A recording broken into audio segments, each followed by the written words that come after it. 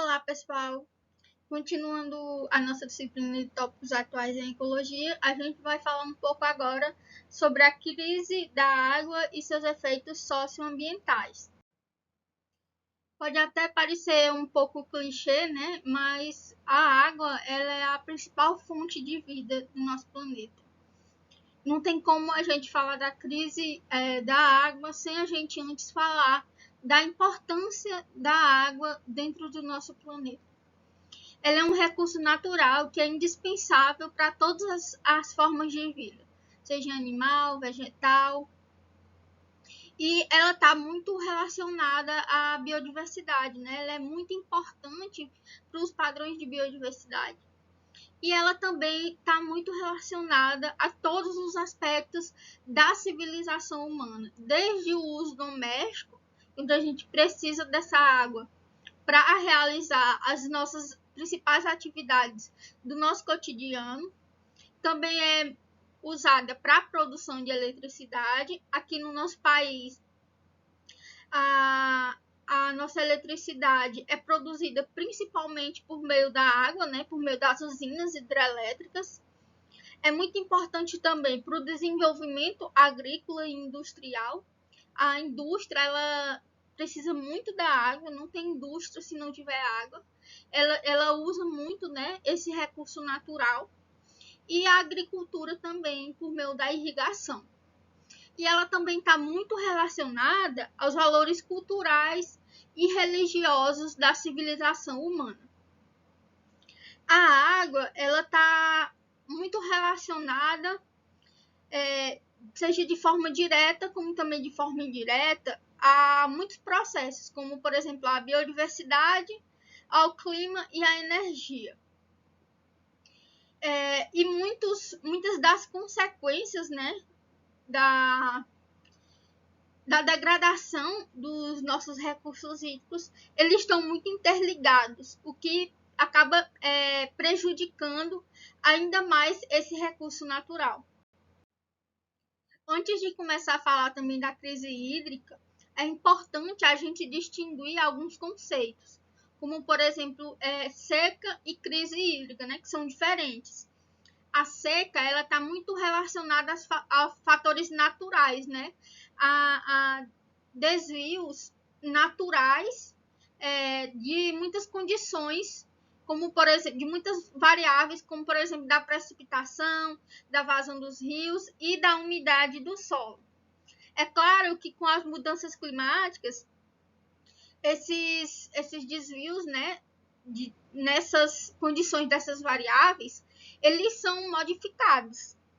Passam com a aceleração, né, das mudanças climáticas, a gente tem alterações severas nessas variáveis, como por exemplo a chuva, que ficou bastante, né, está ficando bastante desigual entre os locais, né, locais que já sofriam com essa falta de chuva, passam a ter um aumento, né, dessa falta de chuva, e aqueles locais onde a gente já tinha uma maior quantidade de chuvas, essas chuvas passam a ser cada vez mais frequentes, prejudiciais. E crise hídrica, né? Quando a gente fala de crise hídrica, é quando a disponibilidade de água ela é insuficiente para atender a demanda existente. Ou seja, pela falta de chuvas ou pela falta de investimentos, de infraestrutura, né, falta água para a população. Não só para a população, mas também para manter a nossa biodiversidade. E é importante também a gente falar sobre segurança hídrica, né? A segurança hídrica está relacionada ao acesso, né, da população à água de qualidade de maneira sustentável. E essa água, ela tem que ser levada até a população, né? A população tem que ter acesso a essa água, tanto em quantidade adequada, como também em qualidade adequada, né? Não adianta ser uma água poluída que não dê para ser consumida. E essa água, né, tem que estar em quantidades adequadas para a manutenção da vida. Para a manutenção da vida e para o bem-estar humano, né? Também é essencial na segurança hídrica a proteção contra a poluição desses corpos d'água, né? E também a proteção contra os desastres hídricos.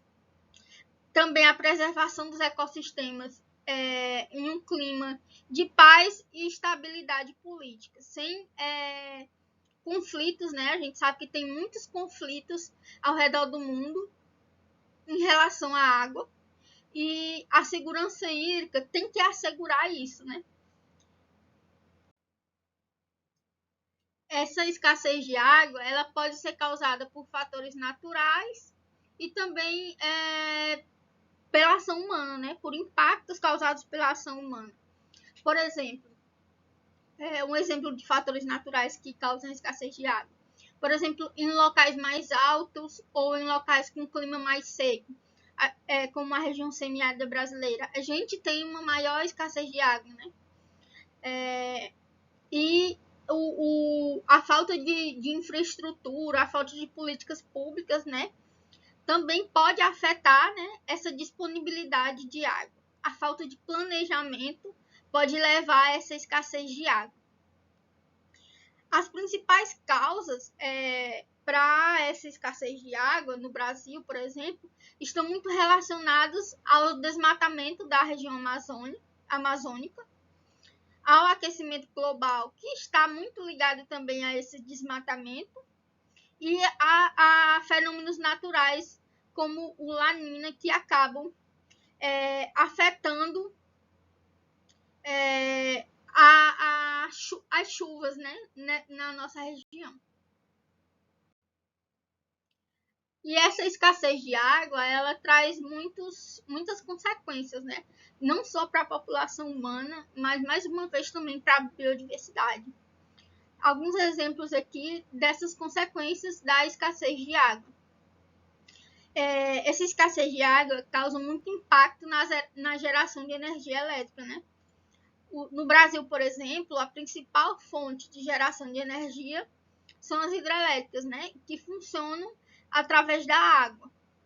E aí, quando os reservatórios das usinas hidrelétricas eles estão com a capacidade reduzida, isso prejudica, né, a geração, diminui a geração de energia e pode causar problemas como apagões, por exemplo.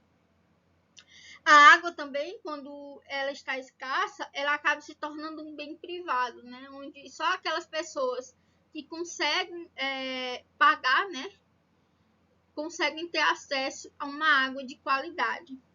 A gente tem também o aumento dos preços dos alimentos e de produtos relacionados à agricultura, né? A agricultura geralmente precisa muito da irrigação.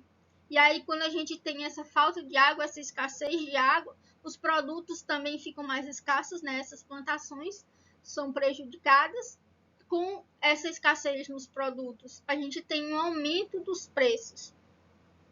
E esse aumento dos preços dos alimentos também está muito relacionado, por exemplo, às mudanças climáticas também. Está tudo muito relacionado.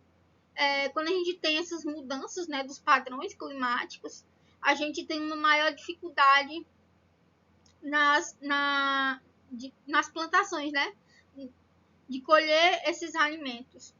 E aí acaba aumentando o preço. A gente tem também rios, lagos e reservatórios em níveis mais baixos, o que afeta a biodiversidade e o equilíbrio dos habitats. Afeta também, né, em muitas regiões, a vida dos ribeirinhos, afeta a chegada da saúde até essas comunidades, o deslocamento dessas populações que usam esses rios, né, para se locomover.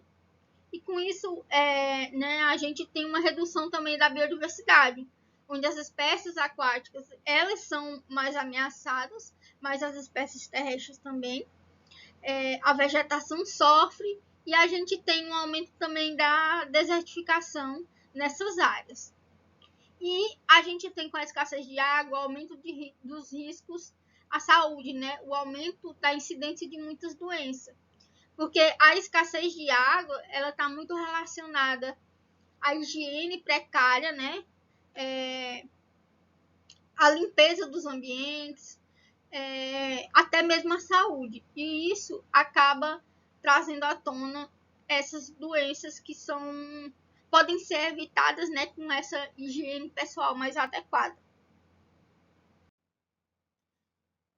Existem muitas soluções, né, que podem ser postas em prática para solucionar ou pelo menos mitigar essa crise hídrica.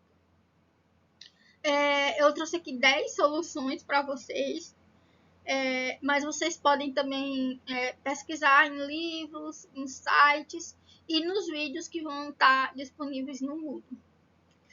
O investimento em infraestrutura, né?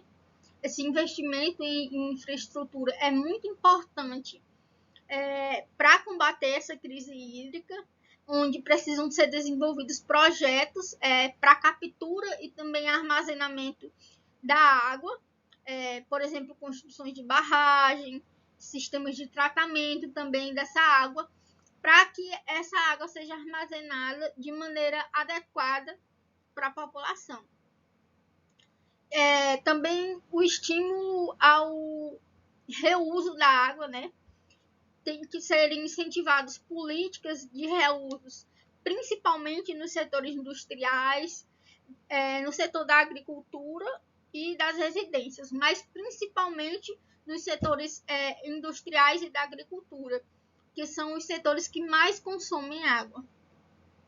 É claro que a gente também tem que ter em mente que a gente precisa também economizar água, né? Fazer esse reuso da água. Mas os setores da sociedade que mais consomem água são esses setores da indústria e da agricultura. Também tem que ser implementadas políticas para a preservação dos nossos mananciais, né? Proibindo atividades que comprometem a qualidade da água desses mananciais para poder a gente preservá-los. Também tem que ser investido, né? Tem que ter investimento em educação ambiental, com programas de conscientização, né, para a população, para que não haja desperdício, para que haja um reuso dessa água, né, para promover uma responsabilidade social em torno da água, para que a população saiba que a gente tem que ter uma responsabilidade sobre o uso e preservação da água. A agricultura sustentável, né, tem que ser desenvolvidas técnicas para que para uma agricultura mais sustentável, para que exista uma economia, né, da água nessas técnicas de irrigação. Tem que ser investido também em monitoramento e gestão dessa água. Também tem que ser desenvolvidos tecnologias, né, pesquisas e desenvolvimento de tecnologias inovadoras para o tratamento da água. Políticas de uso racional, né, que a gente tem que entender que a gente tem que usar a água de maneira racional, porque a água é um recurso finito, ela pode acabar. E se a gente não começar a usar a água de maneira racional, de maneira consciente, a gente vai acabar passando, agravando mais ainda essa crise hídrica.